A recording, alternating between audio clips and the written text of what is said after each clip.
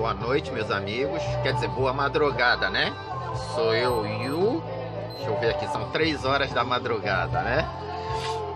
E acabei de terminar minha meditação. Hoje foi um treino de peito e tríceps, né? Muito proveitoso, com uma energia deliciosa. E que energia eu meditei hoje? É a mesma energia na qual eu vou passar para os senhores. Eu meditei sobre a fé de Pedro, Simão Pedro, aquele apóstolo que conseguiu andar sobre as águas, não é verdade? E durante minha meditação foi todo o tempo buscando o foco em um único ideal, meus amigos. Por quê? Porque eu sabia que se eu desviasse o meu foco daquele momento, assim como Pedro, eu afundaria. Sim, Pedro, um ser forte, robusto, convicto das coisas. Talvez dos apóstolos, o que tivesse um alicerce mais firme para conseguir andar. E ele mesmo afundou, né? É digno de mérito que conseguir dar 1, 2, 3... Dar um passo sobre as águas já é uma coisa impossível, não é verdade, meus amigos? Mas assim como diz nos textos, né? Assim que ele começou a andar, ele sentiu medo, né? Começou a pegar as coisas, né? E infelizmente afundou. Não é verdade? Mas o que nós vamos meditar? Lembrando, eu não minhas conversas não é nenhum aspecto religioso, nada disso. É uma meditação na qual eu inicio e tento terminar com uma conclusão racional. Não é verdade? Minha intenção não é desmistificar a fé dos senhores, seja qual for, nem nada disso. Mesmo porque eu nunca proponho a ecumenia. Se os senhores estão satisfeitos no lugar que estão, felizes, pagando seus dízimos, seguindo os caminhos com entusiasmo, com fé, quem sou eu, né, para tentar desmistificar esses caminhos? Um ser que usa brincos de argolas nas orelhas, né, um óculos de mentira, eu não sou ninguém. Então, quais foram os passos que eu iniciei, né? Eu sempre falo, né, que a arte marcial se tornou algo um pouco comercial, não é verdade, meus amigos? Então, para se vender, né, para se ter o sustento daqueles mestres que são honrados, né, eles têm que padronizar de uma forma que se torna algo lucrativo que possa se vender. Mas será que todos os seres humanos são iguais, meus amigos? Claro que não, não é verdade? Se todos fôssemos iguais, seria o plano de Satanás, não é verdade? Satanás que dizia, né, que iria fazer uma raça perfeita. E todas as vezes que Satanás pôs a mão no mundo, o que aconteceu? Lembremos de Hitler, Napoleão, outros e outros, né, que em busca de um ser perfeito fazia muitas coisas ruins, não é verdade? Então, vamos analisar Pedro, né? Então, Pedro teve a incumbência de andar sobre as águas, não é verdade?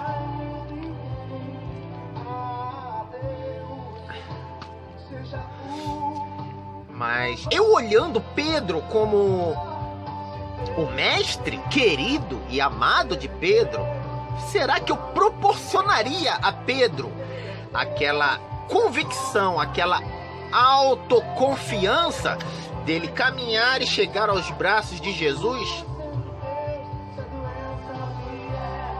Todos sabemos que a autoconfiança, que a convicção em algo num momento errado pode ser a própria destruição do ser. Então, será que Jesus não achou suficiente que ele desse 3 passos para assustar os outros amigos e afundasse, para que assim eles pudessem buscar cada vez mais. É como se fosse liberar um porte de arma para pessoas que ainda não estão preparadas. Não é verdade? Então aquilo ali foi justo, não é? Mesmo porque, tá falando aí, se Deus quiser e se Deus não quiser, Pedro atravessaria as águas e abraçaria a Jesus. O momento foi justo e propício para aquilo ali. Um grupo se fortalece, sim, mas o grupo se fortalece mais no esforço, no detalhe, na reciprocidade de um com o outro do que um milagre em si por todos visto. Não é verdade? Um grupo fica mais forte assim, se ajudando mutuamente. Com certeza, com um ideal, com um bom mestre, né? Então, né, a primeira análise sobre Pedro foi essa. Não é verdade? O simples fato de Pedro pedir: Senhor, me permita que eu vá e ande em sua direção. Não é um ser, não é um qualquer um. É um ser que com certeza sabia nadar. É um ser com muita convicção das coisas. E às vezes, né, pedimos coisas que é além daquilo que somos capazes. Pedro era um pescador. Agora imagina se Pedro, para exercitar a fé dele, pedisse para fazer uma cirurgia cerebral numa pessoa com minúcias. Será que ele pediria isso? De ruim, quem poderia pedir isso era Lucas, que era exercitado na medicina. Pedro não, era um pescador que, pelos comentários daqueles pescadores bravos. Não é verdade? Se os senhores que nunca foram em lugares de pesca, as pessoas pescadoras, elas costumam ser muito robustas e fortes. Por quê? Será que é um milagre de Deus? Não. Por causa da alimentação. Sol alimenta, meus amigos. Paciência alimenta. Proteína de peixe é o elixir da vida. Quem dera que as pessoas pudessem comer peixe todos os dias. E só isso aí, como é que se diz? Tecnicamente falando, aprovado cientificamente, já torna o ser forte e grande. As costas largas de puxar redes, arrastões, já tornam os seres grandes por natureza.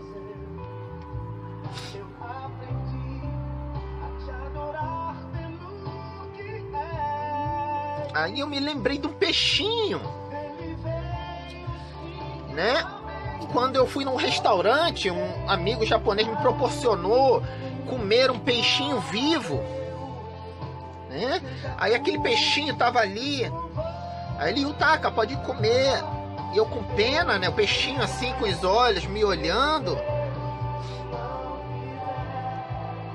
Mas eu em particular, eu achei que era uma judiação. Mas no fim eu percebi que é alimento, né? E que, querendo ou não, quando os peixes chegam no meu prato, é porque alguém já fez aquilo ali. Então eu só pedi licença pro meu coração e conversei com aquele peixinho, né? E conforme eu fui conversando com ele, eu fui acalentando o coração dele, né? E nessa conversa recíproca, né? Eu conversei com aquele peixinho, aí ele... como é que se relaxou porque ele confiou em mim. Aí ele me fez o pedido, ele falou: você permite apenas que as minhas espinhas fiquem intactas? Aí eu, com certeza. Aí eu fui comendo ele com hashi, pedacinho por pedacinho vivo, e deixei ele lindo. A cabeça, a espinha intacta e o rabinho. Aí ele me agradeceu. Aí ele falou: obrigado, meu bom amigo. Agora sim eu posso dar um último suspiro e um último mergulho. Não é verdade? E a cultura japonesa, quando se alimentam desse peixinho, eles procuram o máximo possível não ferir a espinha. Vocês vão falar: ai, que coisa terrível, Taka. Isso é sensação. Não. A princípio eu fiquei, mas depois de tanto raciocinar, de ir a sushi e ver, eu não antecipei nada. Quer dizer, eu só fiz o trabalho de que alguém faria, né, antes de mim. Só que eu exercitei, né, a minha misericórdia, na verdade.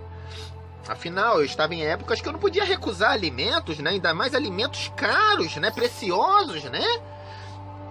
Então eu não estava nessa época de recusar alimentos, né?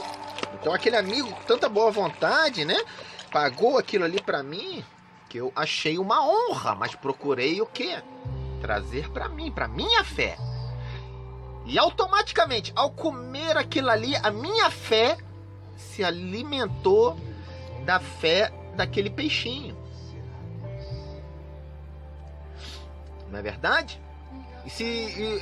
Eu acho que não tem problema nenhum. Quem me pagou esse peixinho foi um mestre de Karate Kyokushin.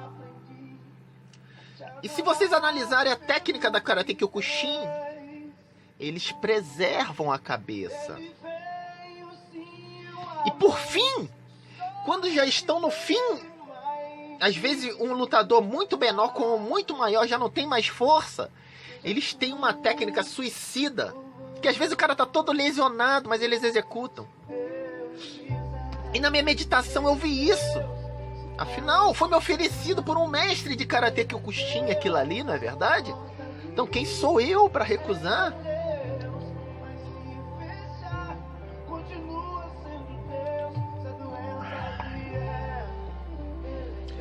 E esse foi o meu primeiro raciocínio, né? Que vem dessa fé de Pedro. Aquele peixinho que se permitiu ser devorado por um ser, mas ainda assim me pediu: meu bom amigo, preserve apenas minha espinha, minha cabeça e meu rabo, para que eu dê um último nado, um último suspiro. E assim foi feito. Depois, né, eu postei um desenho, né, na qual que significa que eu fiz, né, que é de Israel contra uma besta. Aí eu falei: mais à frente entenderemos a relação com o caminhar de Pedro sobre as águas. Aí eu ao toque de 3 passos, que se suporte o peso do mundo e da força gravitacional. Aí eu pus a fórmula da a gravidade, né? O elemento gravidade, né? Que é representado pelo número 9,780327, né? Tá falando assim: será que o ser humano pode ir em desencontro com a racionalidade?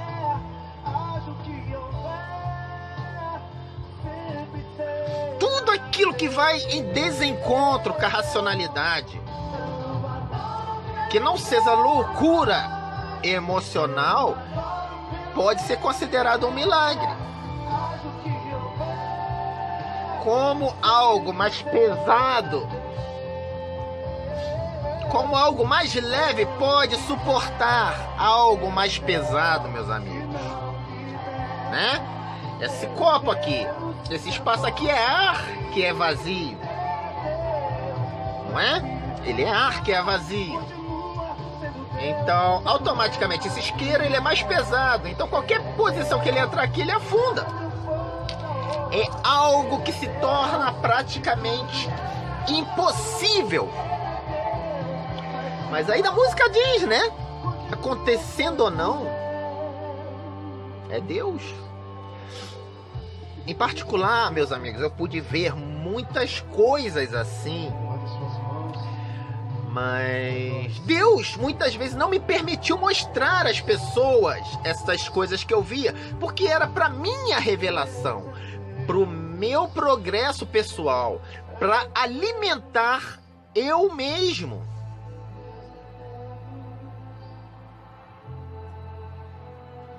Como eu disse no início, eu lhe dar autoconfiança para algo não, às vezes não é bom.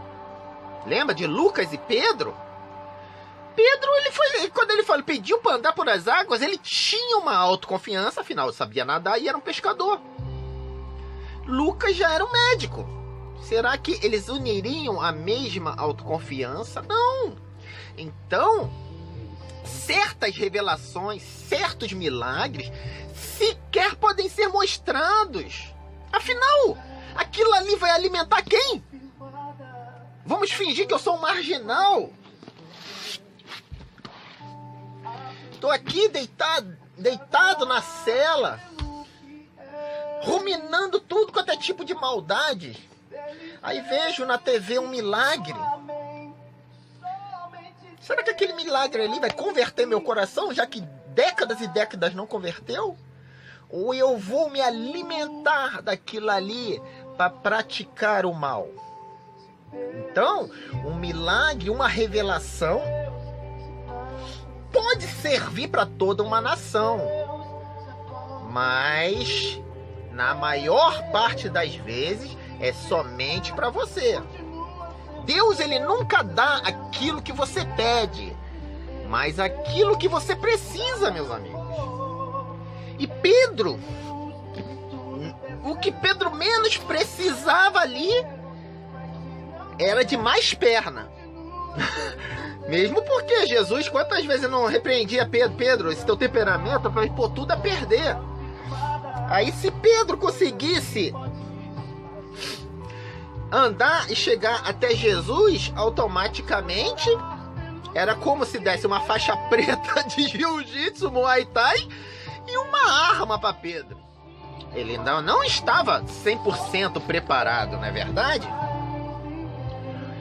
Mesmo porque aquela pessoa que pede muitos testes, muitas coisas, geralmente elas não estão preparadas, ainda estão em exercício da fé. Não é verdade? Agora, aquela que já alcançou tudo, a madureza espiritual, a solidez espiritual, ela não fica pedindo testes, rogando maldições ou não. Porque ela já alcançou aquilo que é necessário.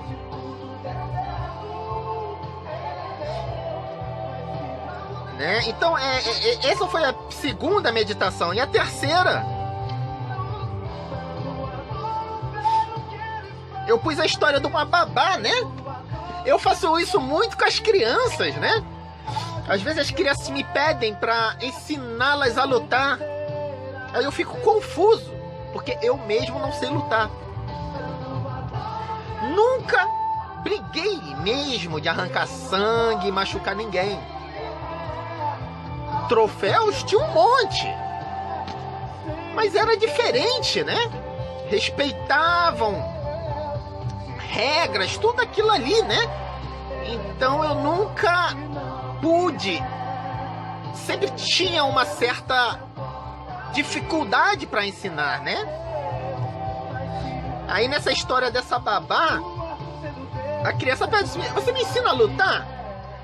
Aí eu olho já nos olhos da criança assim, né?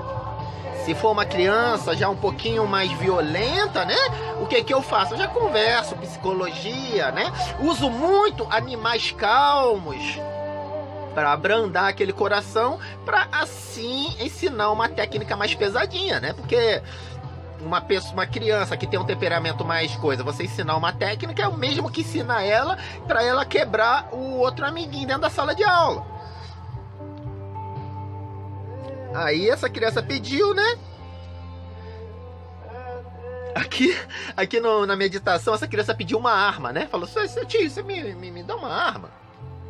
Isso aconteceu uma vez, né? Eu, entre as crianças de rua, aí a criança olhou esse isqueiro aqui. Quando olhou, os olhos brilhou. Falou, tio, você me dá? Aí eu pensei, eu já deduzi. Eu falei, essa criança tá pensando que isso aqui é uma arma. E pior que isso aqui é multiuso, né? Que é desde uma arma até pra acender crack, né? Aí eu falei, não, tio vai pagar um cachorro quente que é melhor pra você. Aí ela, nessa meditação, esse carneiro que cuidava dessa criança, no fim, quando a criança botou a mão pra pedir uma arma, ele deu um martelo. Mas ela nem reclamou. Por quê? O que é o significado do martelo, meus amigos? O martelo é lindo. O martelo, ele é o trabalho árduo das pessoas, na verdade. O sol. Tudo aquilo ali. Né? Então, aquela babá ensinou aquela criança o trabalho. Não o estopim, os pavios curtos, as cabeças de fósforo que esquenta e explode, não. Ensinou os longos. E é o que eu geralmente procuro ensinar, né? Aquela criança acuada que está escrevendo no caderninho, forçando, ela tá com uma energia ruim. Então, essa criança, ela precisa extravasar. Aí sim a gente ensina as técnicas mais fortes. Aquela outra que já olha para você com sangue escorrendo. Você acrescentar técnicas pesadas é o mesmo que pedir que ela bata na outra criança. É a grande verdade. Hoje eu fiz o meu peso aqui de chocalho. Eu fiz umas técnicas de chocalho. É bom para fortalecer as articulações, né? Então, aquela criança que gosta de estar fazendo força esmirradinha no caderno, ela está sofrendo interiormente. Ela precisa extravasar aquilo ali. Aí sim a gente dá esse chocalho para ela. Ela vai ensinando e ela vai fortalecendo as articulações. Pode até dizer que isso aqui é uma garrafa de cerveja quebrando, que aquela criança não vai fazer mal. Agora, aquela criança mais, que eu diga assim, mais perversa, mais sanguinária, você tem que fazer automaticamente o inverso. Tem que mandar ela raciocinar em cima dos cabelos aqui. O que são esses cabelos? Cabelo em japonês tem vários significados. Na China, nossa, imagina na China que usava aqueles longos cabelos. Preservar a integridade. Consegue entender? Então eu não posso dizer que isso aqui é uma garrafa de cerveja quebrando. Não. Pentear os cabelos, como se fosse exercitar as técnicas, os detalhes, né? Pelo mesmo exercício. Mas pensando no cabelo sempre. Jogando o cabelo à frente e atacando. Jogando o cabelo à frente e atacando. Aí sim você vai exercitar a mentalidade do ser. Eu ia fazer isso aqui com uma faca, né? Mas como desde que houve o atentado ao nosso presidente, eu procurei não fazer nada com faca, mesmo porque eu não gosto, né? Em solidariedade ao presidente, né? Que foi logo na época que eu comecei a fazer os vídeos, né? Então eu procuro não usar, eu uso outras coisas, né? Então vamos exercitar. A movimentação, saindo, atacando. Mas em que você deve pensar? Aquela criança sem autoestima, acuada, que está escrevendo pesado no caderno, que se sente acuada, você tem que ensinar ela a pensar na ponta daqui. Sempre, defendeu aqui, atacou. Defendeu aqui, atacou. Pra cá, rajada, rajada, rajada. Defendeu, atacou. Né? Sempre rajadas e ataque, pensando na ponta. né? Agora aquela criança mais violentinha, mais sanguinária, não. Você vai trabalhar ela, as articulações, mas pensando sempre no quê? Preservar a integridade dos cabelos. Jogar o cabelo à frente para depois atacar. Significa raciocinar antes de fazer. Eu sempre me perguntei, né, no Japão, né, assim que eu cheguei, foi Deus que escreveu. Por que a primeira coisa que eu treinei foi um dojo de karatê, onde eu aprendi detalhes, e Budô, né? Budô, que é a filosofia samurai, educação. Eu sempre me perguntei, eu poderia ter encontrado uma academia de judô, de boxe, afinal, eu já morei do lado, depois, em academias de boxe, academia de Shutingo, que era o meu sonho. Shutingo é um vale-tudo japonês, era o meu sonho aquilo lá. Não, mas eu treinava karatê. E aquilo ali, como é que se diz? Foi me apaixonando. Afinal, eu era criança inocente. E eu olhava aquele japonês, aqueles olhos de águia, né? Com raiva, né? E eu, naquela época, né? Eu passei a contestar depois os golpes. Por que você encosta esse ossinho nesse? Afinal, na briga não se resolve nada. Por que manter esse dedo aqui pra dentro?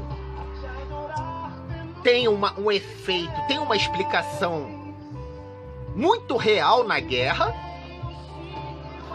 mas também tem uma explicação bem curtinha, que significa apenas obedecer regras.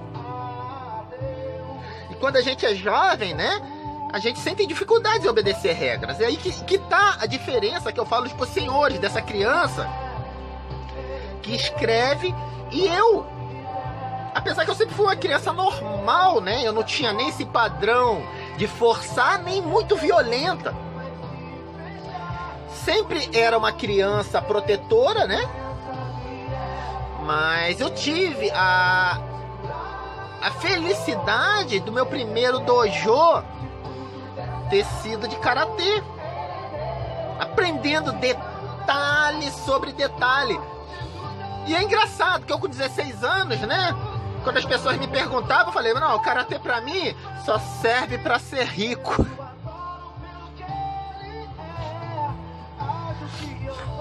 Aí depois eu vi que era totalmente inverso. O karatê, ele não te prepara para ser rico, mas para ser um ser obediente a leis, que usa a racionalidade, o esforço. Afinal, o karatê, ele nunca se acomoda. Assim que você, ali na minha porta já está escrito. Na minha porta, quando você entra no meu quarto já está escrito: a raposa tem covis, mas o filho do homem não tem aonde recostar a cabeça. O cara tem assim, tu tá deitado, daqui a pouco tu acorda no susto.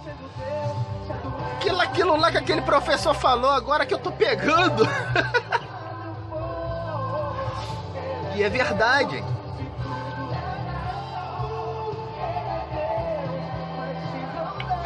Porque aquele professor falava, ataca, mas não volta com o braço cotovelando, parece que tá saindo acotovelando todo mundo, não. Ataca e volta curtinho, justinho aqui. Aí eu aprendi dessa forma. Mas depois no Vale Tudo eu fui vendo, né, que tem um soco que chama mata-cobra, que sai assim, que vai desencontro de tudo. Que inclusive o Vitor Belfort que me iniciou vendo na TV.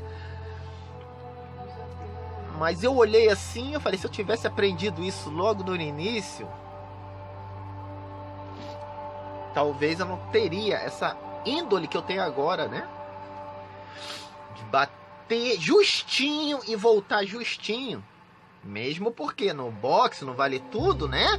A defesa é mais aqui, mais curta e rápida. Mas eu não teria estudado a essência, a natureza do soco, tudo isso. E teria até que me atrapalhado no início, né? Quando a gente está formando aquela pessoa, né? Iniciando aquela pessoa.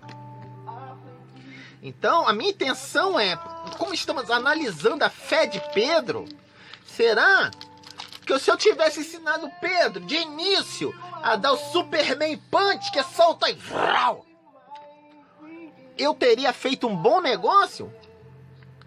Ou eu apenas ensinei ele, como eu trouxe aqui a definição da gravidade, cheio de número, 9,7, né? A atacar todo o movimento, percurso do soco. Acertou? Assim que acertou, recuar ao ponto inicial. Eu teria feito um bom negócio. De qual ensino os senhores acham?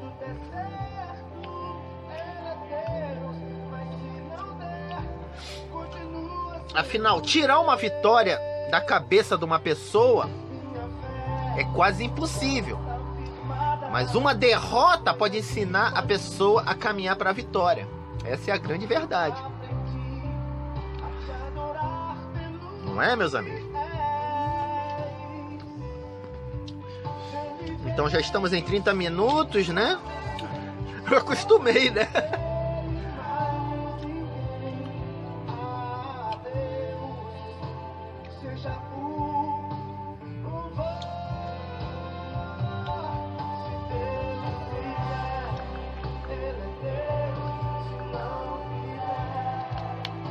Então, essa música ela é interessante por causa disso, né?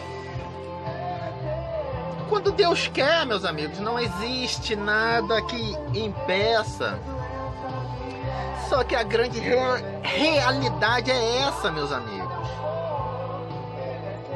Ele não dá o que nós queremos, pedimos. Afinal, quando a gente pensa assim, é muito mais fácil ir lá e jogar na loto e fazer uma oração para ganhar na loto, não é verdade? Mas Deus não, ele é o detentor de todo o teu gene, de todo o teu DNA. Então, quando ele lhe dá algo, é exatamente aquilo que você está precisando. Isso se chama revelação individual. Às vezes, compartilhar certas revelações é mais perigosa do que proveitosa. Não é verdade, meus amigos? Eu já vi coisas que os senhores não... Por causa da meditação, eu tenho mais uma proximidade, né? Com aquilo que é espiritual. Eu só não sei falar, explicar ou deduzir. Mas as coisas simplesmente acontecem. Eu vou me assombrar? Não posso mais me assombrar. Porque já se tornou muito natural. Não é verdade? Às vezes Deus, ele faz as coisas para você se assombrar. Às vezes não. Às vezes ele faz as coisas para você apenas acreditar. Mas o princípio que eu quis trazer aqui foi o princípio de discernimento, né? Como eu falo muito de artes marciais, né? Trazer o princípio de discernimento, ainda mais agora com o nosso novo presidente. Analisar melhor, não é? Analisando melhor, compreenderemos o porquê de tudo das coisas, não é? Então aqui nós deixamos, né, esse ensino, né, que foi baseado na fé de Pedro, né, quando andou sobre as águas, né? Mas agora quem chegou até o final comigo, o desafio não é andar sobre as águas, né? Já que tu é malandro, quer chegar até Jesus aqui nas águas, você vai ter que fazer o moleque da minha época, que só os grandes mestres-salas sabiam fazer. Moleque malandro! Tem que fazer algo tipo assim. Parece que minhas entranhas doem quando eu faço isso. Foi uma coisa criada, né, da minha época, né, que muito poucas pessoas conseguiam fazer. Era a grande bênção, né, da esperteza, da malandragem sobre as crianças. Será que você consegue fazer isso? Ou prefere andar sobre as águas?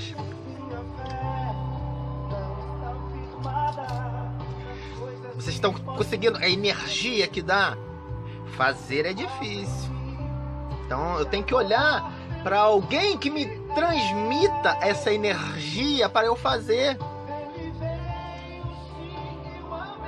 Na internet tem um bonequinho, né, que se chama Saporra, né? E infelizmente, ou felizmente, eu orei sobre aquele bonequinho. Aquele bonequinho apareceu para mim na minha meditação. Veio no meu colo, deitou e dormiu. Quando eu olhei para aquele bonequinho, já saiu a bênção. Falei, essa porra vai ser bonito pra caceta. Entendeu? Então vamos tentar andar sobre as águas. Vamos retornar à minha época, já que isso não mais se faz, né? Tem que ter toda uma técnica, tem que saber dar o toque, o cutuque. Ah, moleque bonito! Entendeu? Será que vamos conseguir? Eu pra mim, as entranhas doem, não é meu mundo. Mas é fé, certo, meus amigos?